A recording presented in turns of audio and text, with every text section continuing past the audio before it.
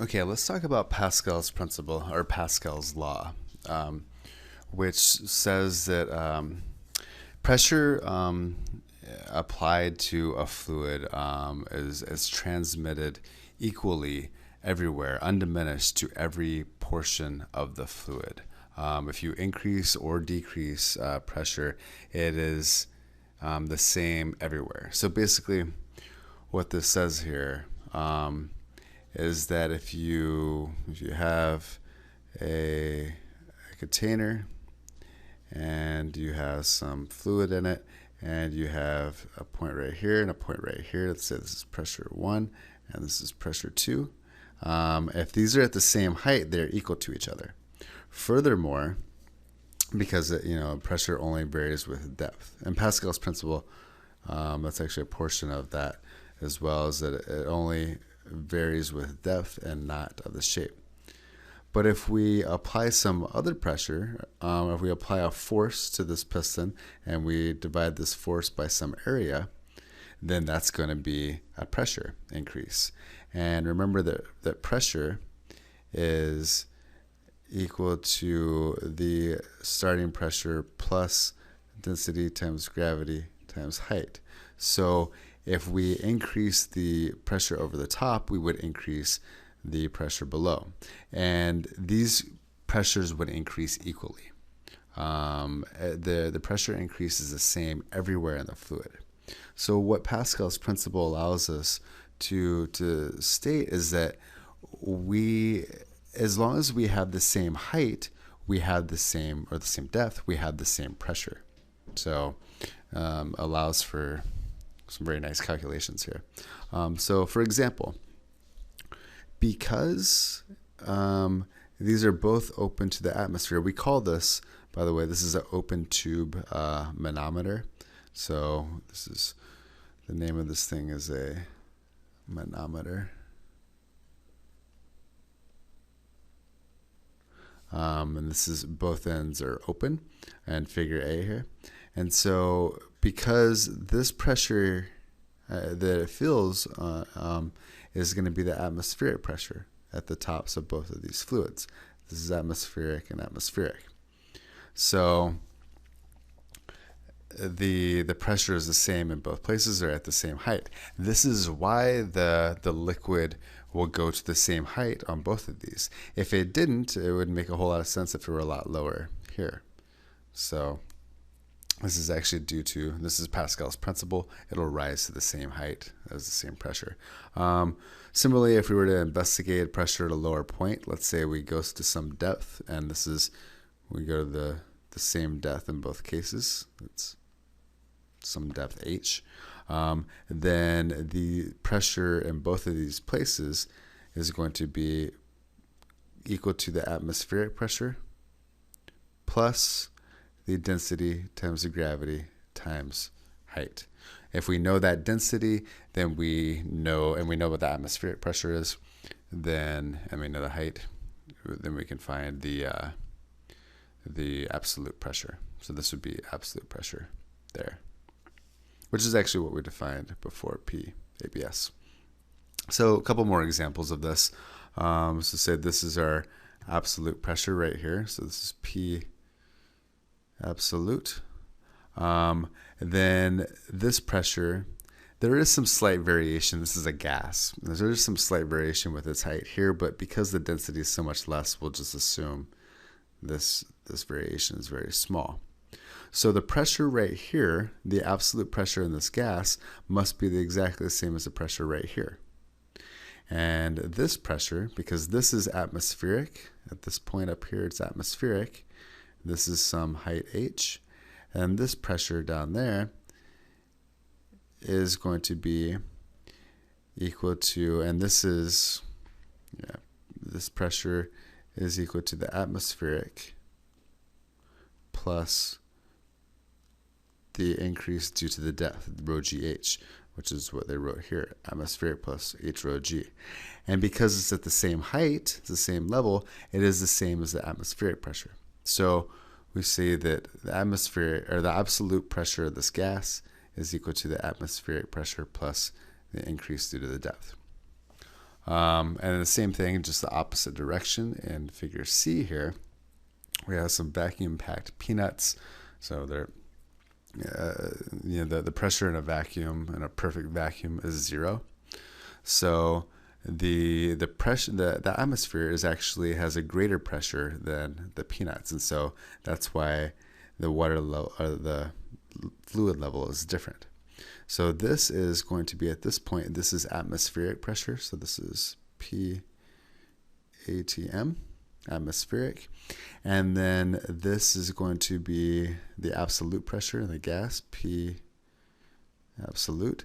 And then we have the gauge pressure, PG, as this is going to be the amount of its change from here.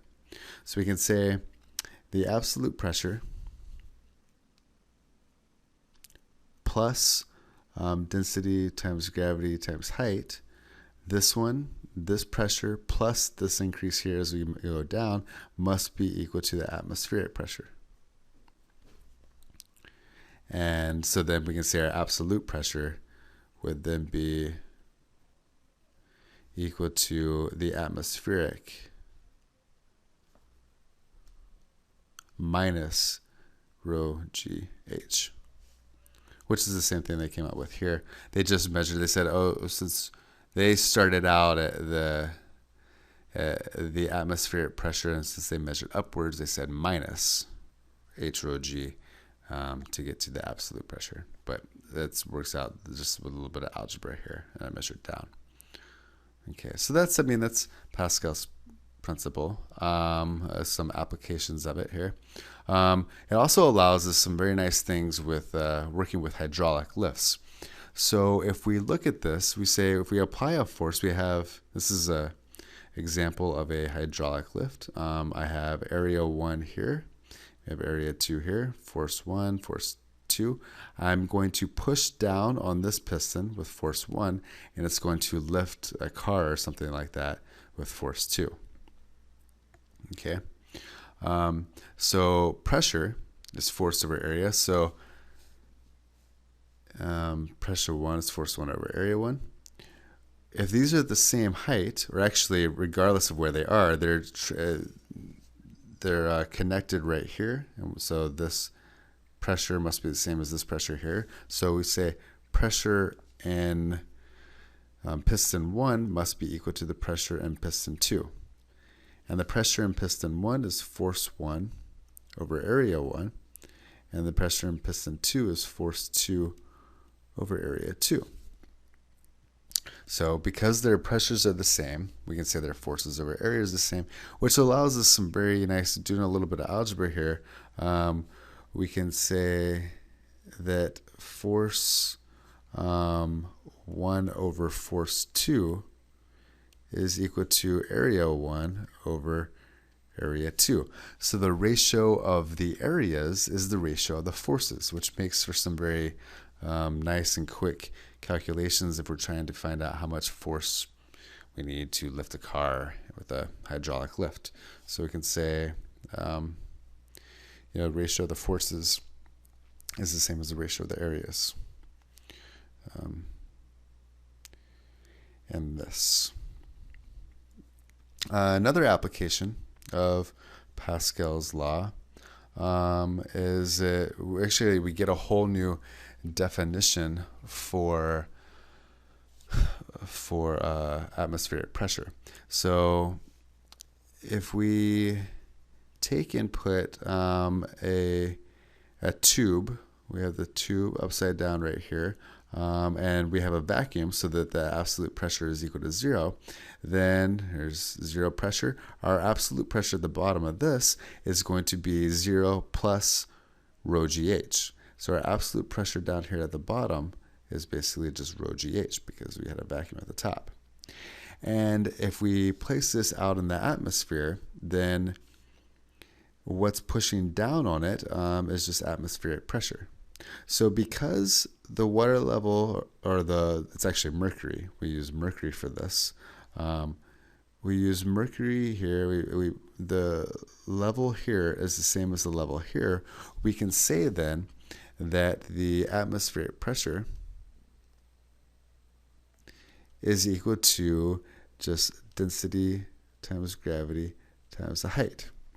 And because we know that one atmosphere, if this is atmospheric pressure, so, and if this is mercury, we know the density of mercury, so one atmosphere is equal to, this is the density of mercury times gravity, and the height happens to be 0.76 meters, or 760 millimeters. So we actually say here one atmosphere is equal to 760 millimeters of mercury. So it's another way of measuring pressure. One standard atmosphere is 760 millimeters of mercury when it's measured in a tube like this. We call this a barometer, actually. So this is a barometer.